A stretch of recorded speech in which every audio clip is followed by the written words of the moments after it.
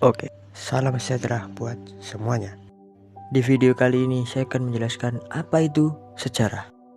Kalau dengar kata sejarah aja, kita udah langsung ngantuk. Mungkin itu karena cara pandang yang kita pakai selama ini salah. Padahal gampangnya banget. Sejarah itu bisa kita ibaratin kayak kamera di HP kita. Ya, dia berguna untuk bantu kita nyimpen kenangan. Tapi lebih dari itu, banyak juga fitur kamera HP yang manfaatnya persis kayak sejarah. Kita bisa ngira-ngira umur sesuatu dari sana. Kita juga bisa tahu kapan dan di mana foto itu diambil. Dan begitu udah selesai, kita tinggal nyimpen fotonya di album kita. Layaknya koleksi-koleksi bersejarah disimpan di dalam museum-museum di seluruh dunia. Itulah ilmu sejarah secara sederhana. Kalian kira sudah cukup di situ? Tentu tidak. Semuanya memiliki sumber, sama halnya seperti sejarah. Apa itu sumber sejarah? Mari kita bahas. Oke, sumber sejarah itu gampangnya kayak gini. Sesuatu yang memberitahu kita tentang sejarah atau peristiwa di masa lampau yang berbentuk lisan, tulisan, benda, maupun audiovisual. Hal ini dikarenakan sumber sejarah itu bisa berwujud ataupun tidak berwujud. Kemudian, para ilmuwan menyusun dan menyaring peristiwa tersebut menjadi data yang non-fiksi, lalu merekonstruksinya kembali, sehingga terciptalah sumber sejarah yang akurat. Sumber-sumber sejarah juga memiliki beberapa jenis berdasarkan sifat dan bentuknya. Mungkin kita bahas terlebih dahulu sumber sejarah berdasarkan sifat. Yang pertama, sumber primer. Sumber primer adalah kesaksian dari seseorang yang pernah melihat peristiwa dengan indera yang dimilikinya, baik dengan mata maupun dengan indera yang lainnya.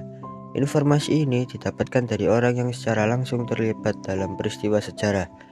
Informasi tersebut berupa tulisan, lisan, ataupun audio visual.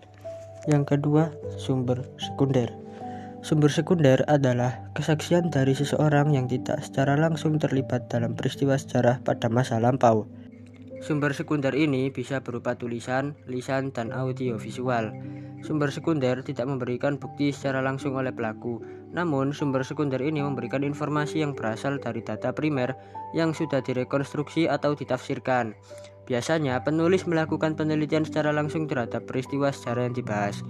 Para sejarawan akan menghabiskan banyak waktu dengan sumber-sumber sekunder, seperti halnya dengan sumber-sumber primer.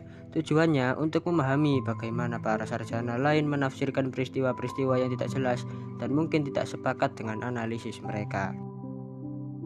Yang ketiga, sumber tersier. Sumber tersier adalah kumpulan sumber sejarah yang berasal dari sumber sejarah sekunder yang telah ditafsirkan kembali. Sumber sejarah ini merupakan kumpulan dari beberapa hasil penelitian ahli sejarah yang dianalisis. Sumber sejarah yang tergolong dalam sumber sejarah tersier ini adalah buku-buku sejarah berdasarkan laporan hasil penelitian ahli sejarah. Biasanya, penulis tidak melakukan penelitian secara langsung mengenai topik-topik yang dibahas. Oke, kita lanjut ke sumber sejarah berdasarkan bentuk. Yang pertama, sumber tertulis. Sumber tertulis adalah sumber sejarah yang didapatkan dari peninggalan-peninggalan peristiwa pada masa lampau yang berupa tulisan dan catatan. Contohnya, prasasti, dokumen, piagam, naskah, surat kabar, dan laporan. Yang kedua, sumber lisan. Sumber lisan adalah keterangan langsung dari orang-orang yang mengalami sejarah tersebut atau peristiwa tersebut.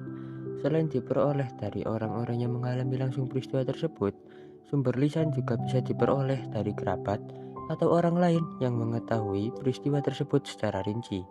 Dengan kata lain, sumber sejarah ini bisa digunakan untuk sumber primer dan sumber sekunder. Contohnya, wawancara.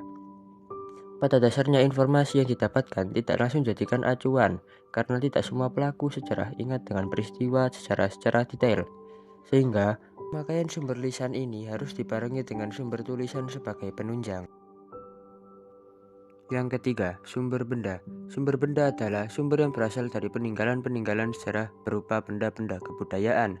Contohnya, candi, bangunan, senjata, perkakas dari batu, patung, dan perhiasan. Kalian kira sudah cukup sampai di sini? Tentu saja iya. Sungguh tidak terasa kita sudah sampai di penghujung akhir video. Saya harap kalian bisa menikmati video ini dengan baik, menghayati. Setidaknya pahamlah apa yang saya bicarakan tadi, agar tenaga saya membuat video ini tidak sia-sia.